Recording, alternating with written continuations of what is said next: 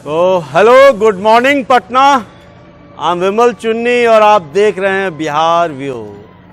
और आज हम हैं एक ऐसी जगह पे जो बाकरगंज गोला रोड कहलाता है, लेकिन ये नाला है। इस नाले के किनारे हम खड़े हैं और ये नाला जो है वो उमा सिनेमा से शुरू होता है, या हो सकता है और पीछे से शुरू होता हो और अंटा घाट तक चला जाता है। ये मेरे जो पीछे है ये अंटा घाट तक चला जाएगा और मेरे ठीक सामने से वो आ रहा है उमा सिनेमा की तरफ से। करीब 3-4 किलोमीटर होगा, 3-4 किलोमीटर है।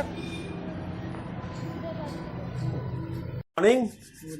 हाँ, कैसे हैं? Good morning. कैसे हैं? बस ठीक है।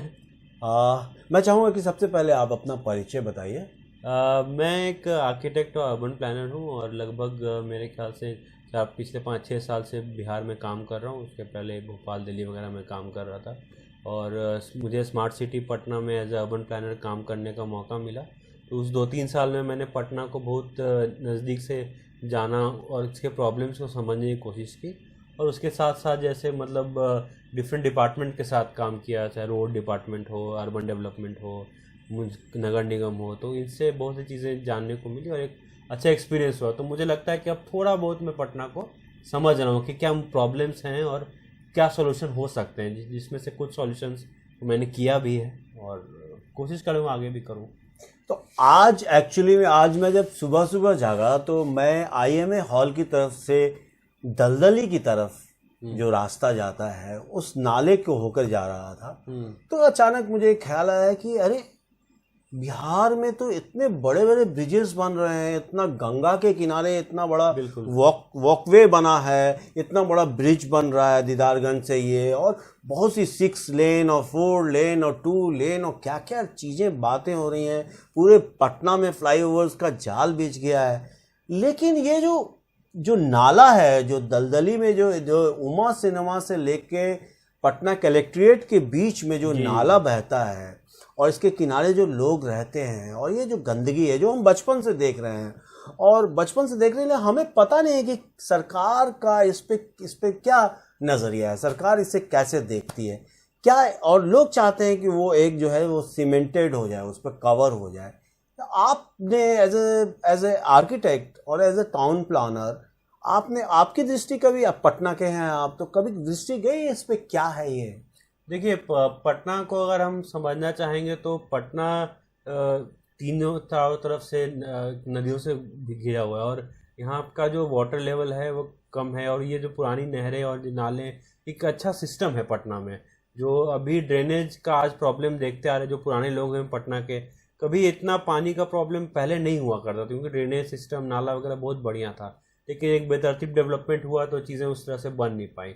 तो जैसे बहुत सारे नाले हैं, जैसे बाकरगंज नाला एक बड़ा इंपॉर्टेंट नाला है और ये जो पूरा राजेंद्र नगर और इस तरह की जो ओल्ड एरिया है गांधी मैदान के वेस्ट साइड का सारा ड्रेनेज लेके ये गंगा में लिंक करता है, अंटा घाट में ये ड्रॉप करता है, ये शुरू होता है आपको उमा सिनेमा के पास। तो ये जो नाला रोड वाला जो नाला था यही जाके उसमें मिलता है? नहीं, नाला रोड का नाला तो जो है वो सैदपुर में कनेक्ट होता है और वो सैदपुर से निकल के फिर बाईपास होते हुए वो गंगा में मिलता है पुन के पास, उधर से। तो जो अलग अलग ड्रेनेज सिस्टम है, तो पटना में जब हम लोग काम कर रहे थे तो बहुत सारे नालों पे काम करने को एक प्रपोज सरकार की तरफ से भी और लोगों की तरफ से, इवन जनप्रतिनिधियों की तरफ से भी। तो 2 प्रोजेक्ट जो हम लोग कर रहे थे, एक तो मंदिरी नाला और बाकरगंज नाला सेलेक्ट हुआ था कि उसको कवर अप करके उस पर रोड बना दिया जाए ताकि जो ट्रैफिक का मूवमेंट भी बेहतरीन हो जाए, वहाँ पे जो गंदगी है वो भी कम हो जाए और आसपास के रहने वाले लोगों को सहूलियत हो जाए। तो ये एक एक्सपेरिमेंट सबसे पहले किया गया आपको दीघा आशियाना रोड में। आप लोगों को याद होगा दीघा आशियाना रोड में पहले नाला हुआ करता था, इसको ढक के रोड बना देगा और अब एरिया काफ़ी उस तरह से बदल गया है। तो उसी कॉन्सेप्ट पे लगभग ये हुआ कि मंदिरी नाला और बाकरगंज नाला को भी ढक के उस तरह से बनाया जाए। लेकिन फिर जो 2 साल पहले बाढ़ आई, उसके बाद जो कमेटी बनी, उस कमेटी में ये रिकमेंडेशन आया कि नाला को ढकने से हो सकता है प्रॉब्लम हो जाए। मान लीजिए अगर फ्लो रुकता है या कोई इस तरह से, तो उसमें रिकमेंडेशन आया कि उसकी जो चौड़ाई है उसको कम ना किया जाए। तो अब बात करते हैं बाकरगंज नाले की, चूँकि आपने ये टॉपिक उठाया तो मैं ये बताना चाहता हूँ कि बाकरगंज नाला एक बहुत ही इम्पोर्टेंट ड्रेनेज सिस्टम का पार्ट है जो कि इस पूरे एरिया का वाटर उधर लेके जाता है, और इसके आसपास बड़ा इंक्रोचमेंट हो गया है दोनों साइड, और इसके वजह से क्या हो रहा है कि लोग सारा कचरा वगैरह उसमें फेंक देते हैं, पानी ब्लॉक हो जाता है। और आगे आप देखिएगा तो ये जो एग्जीबिशन गांधी मैदान के पास जो पुस्तक भवन का बिल्डिंग है, जहाँ पहले निफ्ट हुआ करता था, उसके बाद जो सिनेमा हॉल है मोना सिनेमा वगैरह के पीछे से ये निकलते हुए जाता है, तो उस एरिया में बड़ा ट्रैफिक रहता है। तो हम लोग ने जब स्मार्ट सिटी में थे तो ये आइडिया रखा कि उमा सिनेमा से लेके बाकरगंज रोड तक, जो जहाँ पे हमें नॉर्मली 5 से 7 मीटर तक की चौड़ाई मिलती है, कहीं कहीं 3 मीटर भी चौड़ाई है, तो उस रोड को हम उसको नाले को ढक दें, दोनों साइड पेड़ और लाइट लगा दें, और वो रोड सिर्फ पैदल चलने वालों या मोटरसाइकिल साइकिल वालों के रहे, उसमें बड़ी गाड़ी की इजाज़त ना हो, क्योंकि वो लोगों के घर के बीच से गुजरती है बिल्कुल।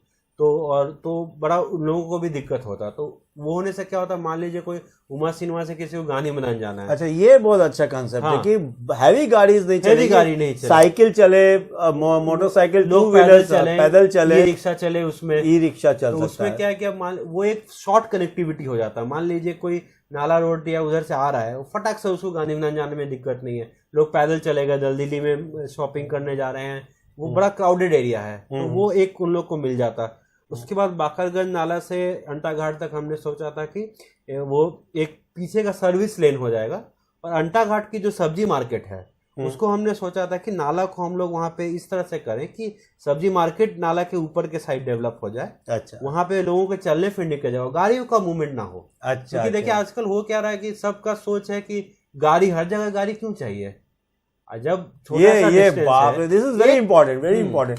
हर जगह गाड़ी की जरूरत नहीं है। छोटा सा डिस्टेंस 1 किलोमीटर का है, अगर हम लोग इतना आज वॉकेबिलिटी, आज पटना शहर में वॉकेबिलिटी की जरूरत है, अगर हम 200-500 किलोमीटर पैदल चल लेते हैं, 5 मिनट 10 मिनट पैदल चल रहे, सेहत भी बढ़िया रहेगा, आस पास के दुकान वालों से बातचीत करते हुए एक जो फील है, मतलब एक शहर की, आज क्या है कोरोना काल में हम एक दूसरे को जानते नहीं, मिलते नहीं है, तो एक वो पेडेस्ट्रियनाइज करने का हमारा कॉन्सेप्ट था कि वहाँ पे लोग पैदल चले, साइकिल से चले, जो वेस्टर्न वर्ल्ड में बहुत पॉपुलर है, यूएस में, इंग्लैंड में, नीदरलैंड में, इसमें वो वेरी पॉपुलर है। सब्जी खरीदते हैं तो आप चाहते हैं इस दुकान में भी देखें, उस दुकान में कहाँ बढ़िया मिल रहा है, कहाँ सस्ता मिल रहा है, कहाँ अच्छा मिल रहा है, मैं थोड़ा पैसे भी दूं लेकिन अच्छा लूं, तो वो एरिया बहुत अच्छा डेवलप करने का हमने सोचा है। But due to some issues and government policies and बहुत सारी कॉम्प्लेक्स चीजें हैं, वैसे हो नहीं पाए, बट अगर वो हो जाता तो बहुत एक शहर के लिए नई चीज होती वो। तो आपने क्या शुभ नाम बताया अपना? अनुपम नाम हुआ मेरा। तो अनुपम जी, मैं ये एक चीज मैं ये जानना चाह रहा था कि अब तो जो है वो एक्चुअली मैं तो एक मतलब न्यूज के एंगल से स्टोरी करता हूँ, सो मेरा दृष्टिकोण तो बहुत हल्का होता है। हम तो या तो आरोप लगाते हैं या तारीफ करते हैं, दोनों में से एक काम करते हैं। यार आपने तो बहुत योजनाबद्ध तरीका बताया, और ये बहुत अच्छी चीज़ बताई कि ये पैदल चलने के लिए या मार्केट के लिए या हल्की फुल्की मतलब चलने वाला रास्ता हो, इसमें छोटी मोटी दुकानें भी हो तो कोई बात नहीं है अगल बगल, या अंटा घाट के एरिया में अंटा घाट लग जाए इस पर, ठीक। लेकिन ये जो अभी जो है एक्चुअली में जो विधानसभा क्षेत्र है वो है नितिन नवीन जी का। नितिन नवीन जी मंत्री भी हैं इस वक्त, तो वो चाहे तो डेवलप कर सकते हैं, लेकिन इसमें भी क्या कोई अगर उसके ऊपर से कुछ ऐसा बनाया जाता है तो क्या नाला अंदर बहता रहेगा, नाला को कोई दिक्कत नहीं होगी? नहीं, बिल्कुल। देखिए अभी इंजीनियरिंग इतनी एडवांस हो गई और सारी चीज़ें अवेलेबल हैं कि नाला के बहने में कोई दिक्कत नहीं होगी। अच्छा खासा हमने पूरा उसका सर्वे वगैरह कराया था, सारा टेक्निकल डिटेल्स किए थे, तो विड्थ अवेलेबल है, नाला का पानी में कोई ऑब्स्ट्रक्शन नहीं, बिल्कुल फ्लो अच्छा से हो सकता है। और दिक्कत फ्लो में अभी भी प्रॉब्लम क्या है, जो कचरा वगैरह फेंकते हुए खुला रहता है तो लोग उसमें गंदगी करते हैं। जब वो बंद रहेगा, प्रॉपर फ्लो होगा, उसमें जाली लगेगी, कचरा नहीं है, एट प्रॉपर लोकेशन चेम्बर्स होंगे जिसमें से मशीन द्वारा सफाई आराम से हो सकती है। अभी क्या होता है कि लोगों को मैनुअली सफाई करनी पड़ती है, जो कि बहुत टेक्निकली भी सही नहीं, और जो लोग हमारे करते हैं ये सफाई कर्मी, उनको भी बड़ी परेशानी होती है। तो कोई भी चीज़ को अगर बढ़िया से हम लोग करने के लिए पूरी टेक्नोलॉजी अवेलेबल है, अगर सरकार चाहे इसको कर सकते हैं, और ये एक बिहार के लिए और पटना के लिए माइलस्टोन होगा। और नितिन नवीन जी भी शुरू में कोशिश कर रहे थे, पता नहीं अभी क्या स्थिति है, मुझे नहीं पता है, बट अगर सरकार चाहे तो एक बहुत अच्छा आइकॉनिक प्रोजेक्ट हो सकता है पटना के लिए। तो ये क्या बहुत बड़ी परियोजना है, इसमें पैसा बहुत ज्यादा खर्च होगा, ऐसा है कुछ, या बहुत नॉर्मल बजट का प्रोजेक्ट है? देखिए, बजट कोई इसमें ज्यादा, हम लोग ने जो अनुमान लगाया था तो 20 से 25 करोड़ में ये हो सकता है। अच्छा। सरकार बहुत सारे ऐसे प्रोजेक्ट पे पैसे खर्च करे जिनकी जरूरत नहीं है। ठीक है, आप बहुत से ऐसे जगहों पे, अब जैसे ISBT में इतनी बड़ी बिल्डिंग बन गई, बस लगाने की जगह नहीं मिल रही है, और बहुत से जगह ऐसे रोड भी बन रहे हैं जहाँ पे जैसे ट्रैफिक नहीं है। तो उन चीज़ों के बजाय जहाँ पे ज़रूरत है, जहाँ पे इतने लोग उस पर डिपेंडेंट हैं, उतने पुराना एरिया है, और 20-25 करोड़ रुपए सरकार के लिए बड़ी चीज़ नहीं है, करके बहुत, यानी मैक्सिमम 50 करोड़ का बजट है ये। 50 करोड़ भी ज़्यादा ही है, उतना में बहुत अच्छा बन जाएगा। 50 करोड़ तक, मतलब 50 करोड़ अगर सरकार इसके लिए रखती है तो ये बन जाएगा। टाइम फ्रेम, क्या टाइम फ्रेम में ये बन जाना चाहिए? 2 साल मैक्सिमम 2 years।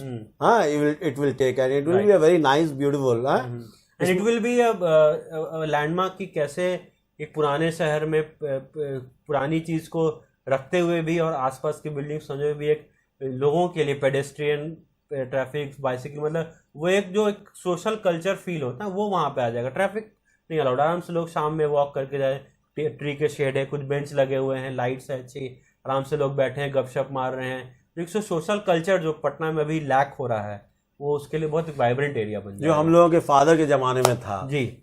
और ये इसमें एक और फायदा भी देख रहे हैं कि ये अगर नाला बनता है तो जो लोग कदम कुआं और बाकी एरिया में रहते हैं वो वहां से पैदल चलेंगे तो सीधा जो गंगा के किनारे जो रास्ता बना वॉक थ्रू उससे अटैच हो जाएगा। अभी गंगा जाने के लिए कोई बहुत अच्छा रास्ता नहीं है, अभी इतनी अच्छी मरीन ड्राइव बनी है, लगभग आपको 1.5-2 किलोमीटर का स्ट्रेच है वॉक करने के लिए, बट वहां तक अप्रोच सही नहीं है। तो ये एक बहुत अच्छा अप्रोच बन जाएगा। आप जाइए अपनी कार बाइसाइकिल पार्क करिए, आप यहाँ उमर सिनेमा से साइकिल चलाते हुए जाइए, गंगा किनारे साइकिल चलाइए, आ जाइए सब्जी लेते हुए, क्या बढ़िया बात है। This is very nice, very nice. तो what is your message for this, कि क्या करना चाहिए इसको करने के लिए? जो है सरकार को 50 करोड़ रुपए चाहिए, पब्लिक का सपोर्ट चाहिए, और क्या? देखिए, सरकार के पास पैसे की कमी नहीं है और पब्लिक का पूरा सपोर्ट है। जो मैंने देखा, सिर्फ सरकार को एक विल चाहिए कि हाँ मुझे करना है। जिस दिन सरकार चाह लेगी करना है उस दिन बिल्कुल आसानी से हो सकता है, कोई दिक्कत नहीं है। आपने कोई ऐसा कोई ड्राफ्ट बनाया? ऐसा हम लोग ने कुछ ड्राफ्ट किया है और मैं व्यूअर्स को दिखाना भी चाहूँगा, हम लोग इस वीडियो में उसको दिखाएंगे भी। तो बाकी सरकार की बात है, let's hope for the best. So आज सिर्फ बाकरगंज नाले की बात, और देखिए बहुत जल्द सुंदर हो जाएगा अगर सर की बात मानी जाए, और सर के डिजाइन्स को भी मैं दिखाता हूं आपकी अपनी स्टोरीज में। So thank you very much, we will talk again for some other topic को उठाएंगे शहर से और उस पर बातचीत करेंगे। थैंक यू, धन्यवाद।